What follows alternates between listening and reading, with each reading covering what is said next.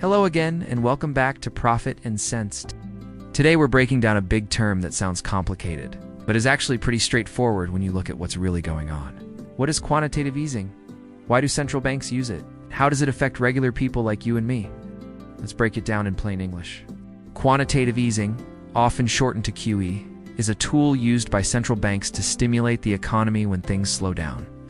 It's usually used in serious situations, like after a financial crisis or during a recession, when lowering interest rates isn't enough to get the economy moving again. The basic idea is this: the central bank creates new money digitally, doesn't physically print cash. Instead, it uses this newly created money to buy financial assets, it's usually government bonds, from banks and other institutions. When the central bank buys these bonds, it increases their price and lowers their yield, which is just another way of saying it lowers the return investors get for holding them. This has two main effects. First, it pumps cash into the financial system. Second, it pushes down interest rates on loans and other investments. The hope is that all this extra money will encourage banks to lend more, businesses to invest more, and people to spend more. In other words, it's supposed to stimulate economic activity.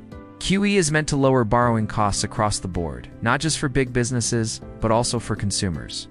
Lower interest rates mean cheaper mortgages, business loans, and personal loans.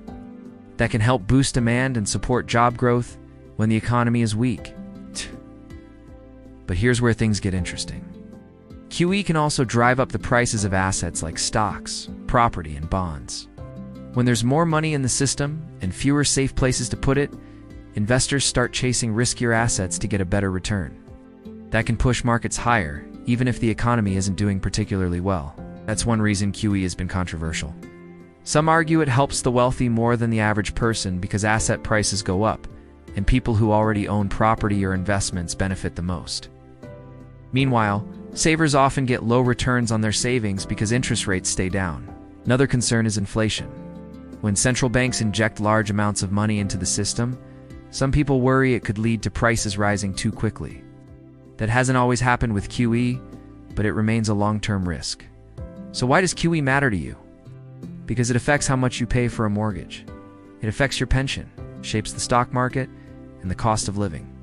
You may not see it happening directly, but QE influences interest rates, house prices, and investment returns. Central banks like the Bank of England, the European Central Bank, and the U.S. Federal Reserve all used QE aggressively after the 2008 financial crisis and again during the pandemic.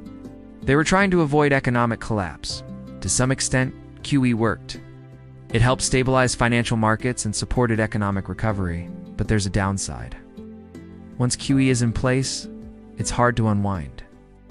Selling off the assets later, without upsetting markets, can be tricky. And when inflation does rise, central banks may have to reverse course quickly by raising interest rates or shrinking their balance sheets. Quantitative easing is one of the most powerful tools in a central bank's toolkit. It's not without risks, but when used carefully, it can help prevent deep recessions or financial crises. Understanding QE gives you insight into why markets behave the way they do, why interest rates change, and why central banks sometimes take drastic action.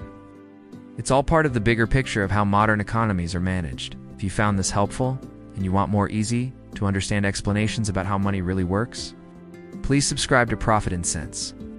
Thanks for watching, and I'll see you in the next one.